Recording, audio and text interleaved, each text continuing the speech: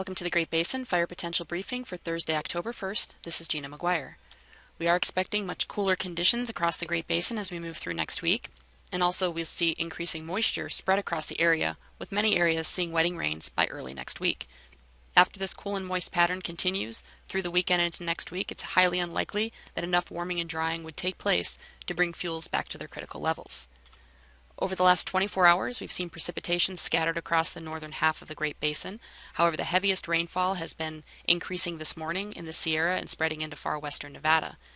We do not have lightning over the last 24 hours. However, over the last several hours, we've seen lightning increase over the central valleys of California heading into the Lake Tahoe Basin. Over the last 7 days, very dry conditions have persisted across the Great Basin, with only a few showers over the far eastern side of the basin. However, over the last 30 days, we've seen plenty of wetting rains across Idaho, Wyoming, Utah, and the eastern half of Nevada, with much less precipitation over southern and western Nevada. Now looking at the water vapor satellite image from this morning, a strong trough of low pressure is located just off the California coast, and this low will continue moving eastward across the Great Basin over the next 2 days. Out ahead of the low, plenty of moisture is in place, with already areas of wetting rains fallen in the last 6 to 12 hours across the Sierra and into far western Nevada, where rainfall reports this morning have already totaled up to between a quarter and a half inch of rainfall. Precipitation will increase and spread east through today. We'll also see winds increase ahead of this area of low pressure, especially over parts of Nevada into Utah. As we look at significant fire potential, that will be decreasing significantly as we move west to east across Nevada today, and then as we move further east through Friday and Saturday as moisture pushes across the basin.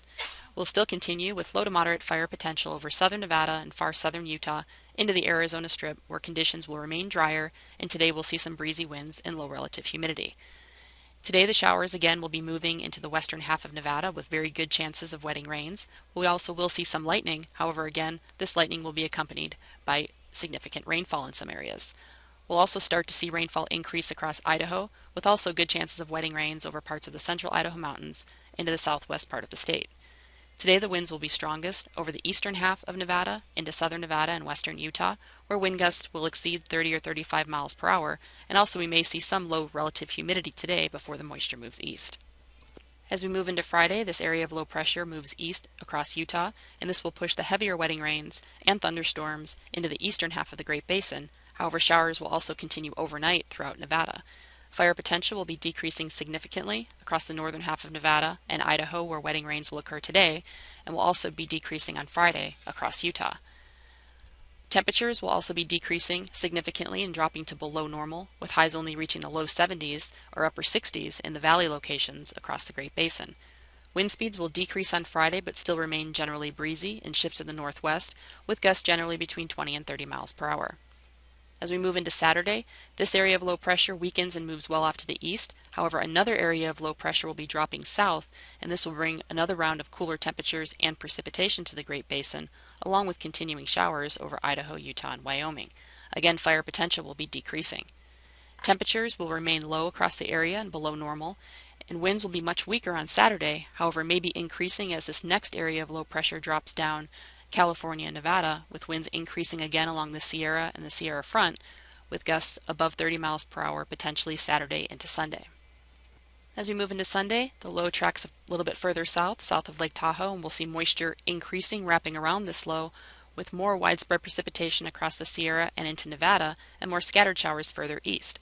However, on Sunday, the better chances of wetting rains will occur across Nevada and the Sierra. Moving into Monday, this low slowly starts tracking to the east, and it will bring more abundant moisture to all areas of the Great Basin with another round of wetting rains.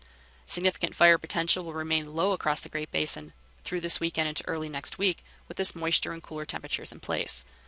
The low only moves slightly further east on Tuesday, bringing the heavier precipitation to the eastern two-thirds of the Great Basin, and then by Wednesday, this area of low pressure moves well enough off to the east where we may only see some showers by the middle of the week over the eastern half of Utah, with a brief drying trend for the western side of the basin.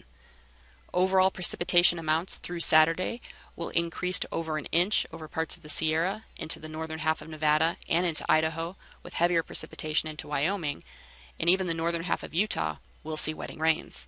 As we move into the next system moving through Sunday and Monday, we'll see another round of wetting rains, with many areas seeing at least a half inch of precipitation. Currently, ERCs remained near the 80th percentile over parts of the Sierra into western Nevada. However, those have decreased significantly this morning with the wetting rains and will continue dropping from west to east across the Great Basin as we see increasing moisture and decreasing temperatures. As we go into the middle of October, we may see another round of warm temperatures and dry conditions across the Great Basin. However, again, any drying will likely not be enough to bring the fuels back to critical levels. That concludes the briefing for today. If you have any questions, feel free to contact us. Thank you for listening.